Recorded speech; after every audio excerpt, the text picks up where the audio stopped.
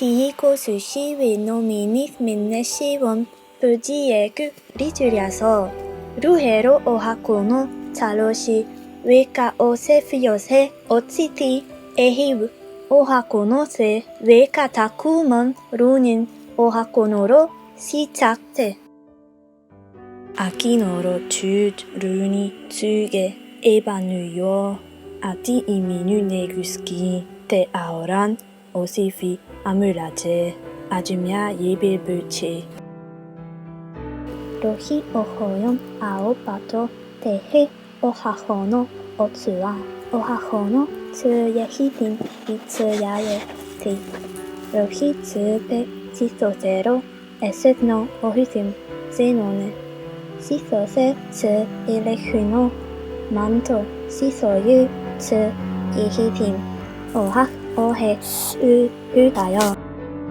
Guys, if I may? Yes, I'm using the robot voice right now. I know it's a bit annoying, but my microphone is broken and I don't want to subject you to ASMR level recordings. I've been working on this language for almost 7 months now. But I want to preface this by saying that I am not a professional. I am not a linguist. Besides some questionable interest in languages and having a few under my belt, I don't really know anything about languages. So I am not really qualified to do this. But here we are anyway.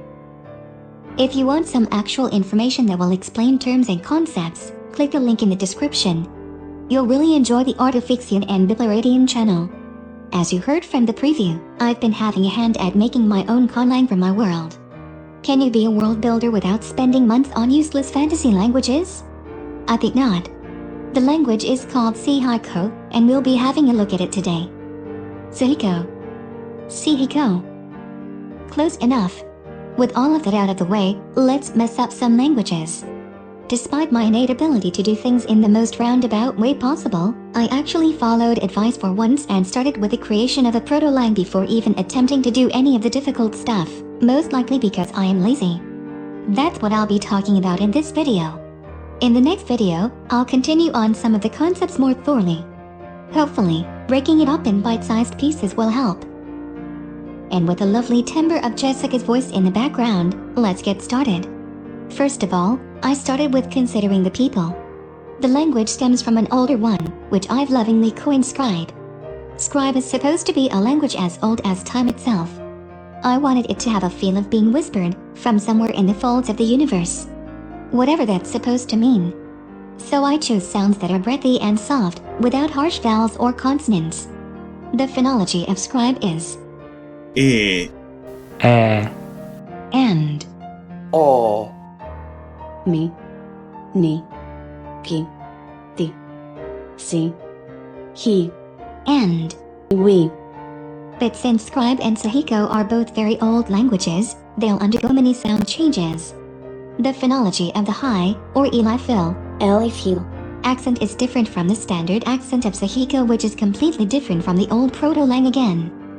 The elifil accent will be seen in a different video. For now, I'll refer to the Aking dialect as standard Sihiko. The phonology of standard Sihiko is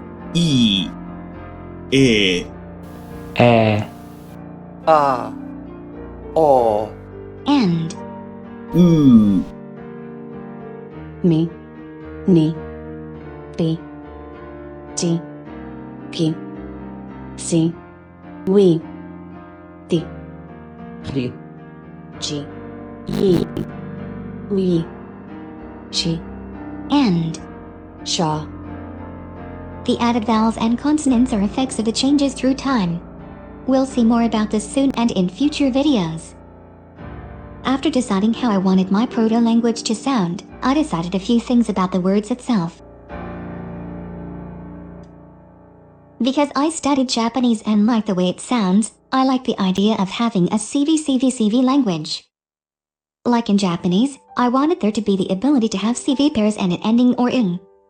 So this is the current word structure. After deciding this, I decided a bit of the grammar. Since most languages in the world are subject-object-verb, I went with that as well. As much as I'd love to do something more crazy and out there with future projects, I wasn't too sure in my ability yet and still have a lot to improve, so Now that we've wholesale copied Japanese into our own Conlang, let's do the same for the rest of the grammar. Just kidding. Step 2 for me was tenses. I knew for sure I wanted to have a present, past and future tense. That might sound obvious, but actually not all languages make these distinctions. I, however, also made a separation between a short past and a long past. Long past meaning, I ran long ago, before time was important to distinguish. The reason I chose to do this is because I think this is a tense celestial beings would use more than a present tense. I chose to leave the present tense unmarked. As much as I don't think they use this tense very often, it would be handy to have in a proto-lang. The past tense was first made using an auxiliary verb to finish, which then suffixed into the ending so the sentence I run became I finish run to I run. Same for the long past tense. The auxiliary to long ago finish suffixed into the ending you so. The future tense was made in a similar way, ending with the ending y. I also decided I wanted a hypothetical tense. Going with the whole celestial being idea, I figured creatures who don't pay much mind to time would like to have a tense that can express a state of possibility. It can be so, but it might not be. I don't know yet. This hypothetical tense uses the ending wo. Going quickly over some of the basic grammar. This is the sentence structure: subject, adjective, proposition, object, verb. Adjectives come before the nouns, like bright light. Nouns come after verb like propositions. Like under the sea, possessor comes before possessee. Like in Mandarin, singular and plural are unmarked. Pretty counterintuitive to Romanic language speakers, but it actually makes a lot of sense. Clarification can be given when needed, like dog or group of dog. To make a passive sentence, you add the. So by the animal see take becomes I am was seen by the animal. To make a causative sentence, you add he know. So I the animal the rock see cause becomes I made the animal see the rock. Linked in the cards should be the Conlang videos by Bibloradian. These helped me so much in making my own and I highly recommend them. From here on out I started with some root words. Whatever these root words are will depend on your people and culture, or the ideas you want them to be associated with. Though these will very likely change in the future still, so don't get too married to them. When I had some of my most important root words, I derived some nouns from them. For example, to float would become a thing that floats would become a cloud.